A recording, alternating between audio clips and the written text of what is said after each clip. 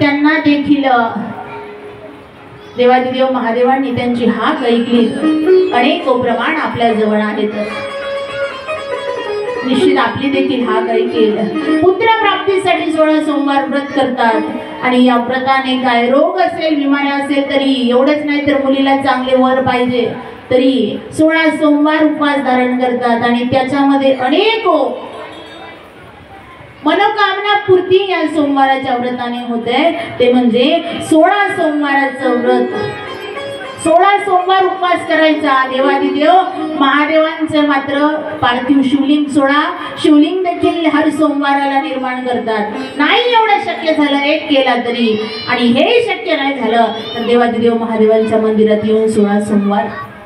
त्यात मग काय ग्रहण करायचं तर कणकीचा आटा, त्याच्यापासून बनवलेला नैवेद्य देवादिदेव महादेवांना अर्पण करून 3 भाग त्या नैवेद्याचे करून, एक भाग भगवंताला म्हणजे देवादिदेव महादेवांना अर्पण करून, दुसरा भक्तांना देऊन, तिसरा आपण स्वतः मात्र भक्षण करायचा। आणि अखंड सोमवारला येऊन देवादिदेव महादेवांना जल अर्पण, अक्षदा अर्पण, बिल्वपत्र अर्पण करून आपल्या मनातली इच्छा मनोकामना मात्र 12 ज्योतिर्लिंगाचं सुमिरण करत सांगितली तर निश्चित देवादिदेव महाराज आपल्या हाकेला धावून आल्या वाचून राहणार नाही। त्यानंतर पशुपतीनाथांचं व्रत आहे, हे 5 सोमवाराचं आहे। आता कोणत्या सोमवारी सुरुवात करायची याचं देखील वर्णन आहे। कोणत्या सोमवारी कोणता व्रत प्रारंभ करायचा ज्याच्यामुळे आपल्याला फलप्राप्ती होईल, फलश्रुती होईल। 5 सोमवार करायचे आणि त्यातून काय तर 5 सोमवार केल्यानंतर देवादिदेव महादेवांच्या आधी सुरुवातीला यायचं, पूजा विधी करायची आणि पूजा विधीनंतर काय रोज येताना सायंकाळ घरी जायचं, आरती ठेवायची, व्रत करायचं, पुन्हा सायंकाळी यायचं। सायंकाळी येताना 6 दिवे आणायचे।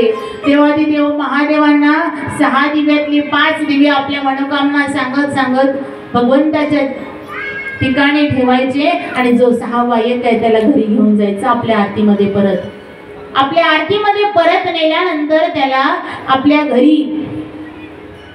घरात प्रवेश करायच्या पूर्वी दारावरती उजव्या बाजूने ठेवायचा।